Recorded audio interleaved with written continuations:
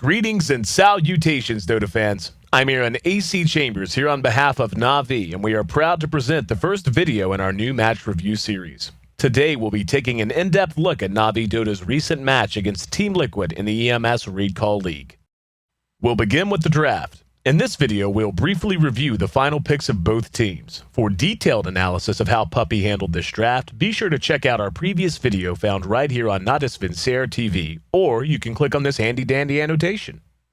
For now, though, back to this match. Liquid went for a composition centered around area of effect nukes and disables meant to be used in conjunction with each other to produce devastating results in larger team engagements. Liquid's main idea for team fights would be Darkseer using Vacuum, then Void catching groups of heroes under Chronosphere, which would be a perfect setup for Keeper of the Light and Queen of Pain to unleash their damaging spells on those immobilized within the ultimate. A potent combination to be sure, but counterbalanced by a Shadow Demon pick which was questionable for a number of reasons, namely, his inability to disrupt Lone Druid's Bear, which was a much bigger threat than the Druid himself, or any other hero on the map. Doubts about this pick would be validated, as we'll see later on in the video. Keeper of the Light would also show one of his chief weaknesses in this match, to wit, the fact that his anti-push capability comes at the expense of much-needed experience and gold, which is either squandered entirely or soaked up by a hero which might not need it as badly as other heroes on his team. Next, we turn our attention to Navi's draft, beginning with our favorite horned horror, Magnus. Magnus is a very solid pick with a fantastic skill set, as well as a hero which is very forgiving.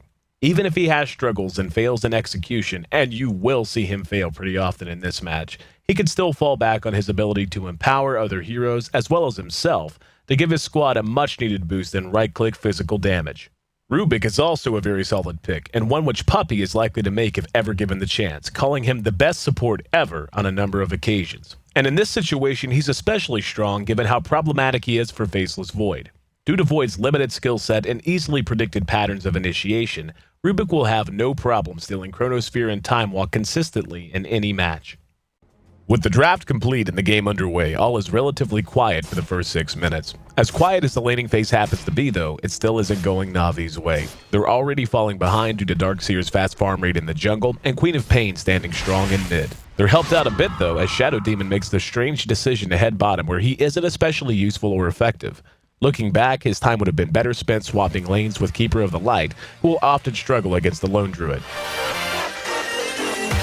At just past 6 minutes into the game, Navi commits their first major error and Dindy gives away first blood. The death could have been avoided if he had moved just a bit further to the high ground, robbing Shadow Demon of the vision he needed to land his disruption and buying Magnus enough time to successfully TP to safety. First blood would not go unavenged though, as only a moment later Kuroki's Rubik and Puppy's Leshrac are able to secure a return kill in mid. Navi's fortunes improve further when Queen of Pain dies again only a minute later, allowing Magnus to survive what was otherwise a badly lost lane. The turning point of it all was the solid play of Navi's supports, who outfarmed those of Liquid and used that advantage to apply pressure all over the map. Later though, what starts as a seemingly good gang turns into a disastrous exchange for Navi. Dindy's play in particular is quite questionable as he decides to extend the fight and unleash all of his fury on Shadow Demon despite lacking any coordinated support from his teammates. Puppy dropped the ball as well, letting Fluff scramble to safety before finding himself on the bloody end of Void's bashes. As the dust settles, the golden experience graphs have been turned upside down and Navi finds themselves trailing. Moments later, Navi catches a break as Liquid groups in top lane for an unspecified goal that would go unaccomplished. This hesitation would be enough to give Havost an opening to sneak a Roshan and then hook up with Lone Druid to bring down another tower. 1 minute later, Liquid decides it's time for a full frontal assault, one which is absolutely brought to a thunderous halt by an excellent reverse polarity from Dindy. His Blink ultimate was clutch, but his follow-up was once again lacking as he only manages to skewer 1 of 3 available targets. With better positioning, he could have speared all 3 directly under the tower. Havost, though, joins the fight just in time to add 2 kills to his tally, finishing off Shadow Demon and Queen of Pain. Shortly thereafter, we're shown why Liquid's chain of initiation, as potent as it is, also happens to leave little room for error. A missed vacuum from Darkseer is all it takes for Liquid's teamfight plan to become a shambles.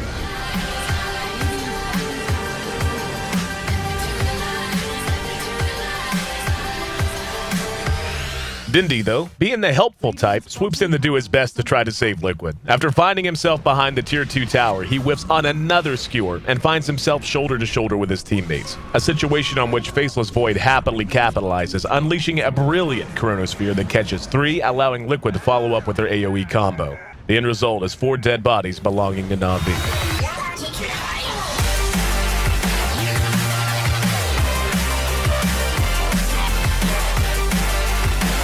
1 minute later, Dindy and Puppy are out for bloody vengeance as they attempt to gank Queen of Pain, but a breakdown in communication allows the buxom brunette to make her escape. Later on, Dindy wastes his ultimate, something that would be of immense importance in the fight to come. Shortly after, Liquid finds Druid all by his lonesome, which would serve as the catalyst for another team fight.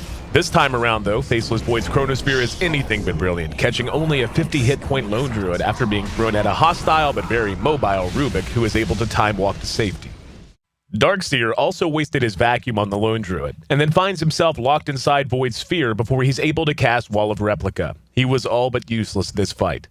The end of the battle seems promising for Na'Vi as Puppy catches both Void and Darkseer with an excellent split earth, but Dindy, who was sans his skewer from having spent it to no real effect earlier in the fight, is unable to prevent Korok and Bulba from making their escape. The result is an even split, 2 down on each side. The next big fight would be heavily influenced by Darkseer once again prematurely expending his vacuum and Wall of Replica, leaving Bulba with little else to do other than run in circles.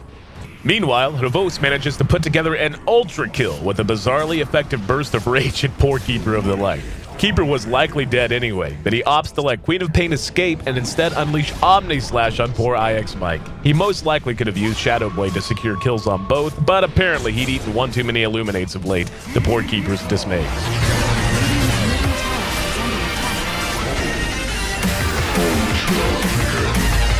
Eventually, Na'Vi's lineup and push strength would prove to be too much for Liquid to hold, and their chances for victory boil away as Lone Druid and his companion shoot through their Tier 3 tower, prompting a GG from the Americans.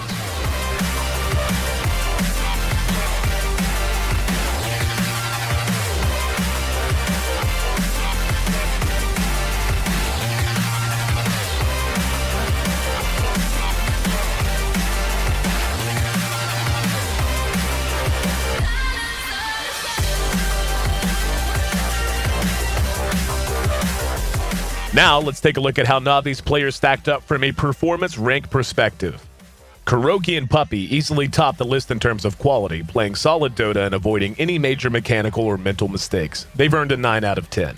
The same goes for Funnick, who played his role and played it well, executing when it mattered the most and finding himself well positioned to capitalize on opportunities most of the time. Dindy and Havos, though, well, they come up a bit short. Despite winning, some questionable decisions and major lapses in execution and judgment mean they walk away with only a 7 out of 10. I'm EC, and on behalf of Na'Vi, we hope you've enjoyed this Natus Vincere TV production. Please share your opinions with us via this video's comment section, and be sure to hit subscribe so you don't miss a moment of Na'Vi Dota 2 in the future.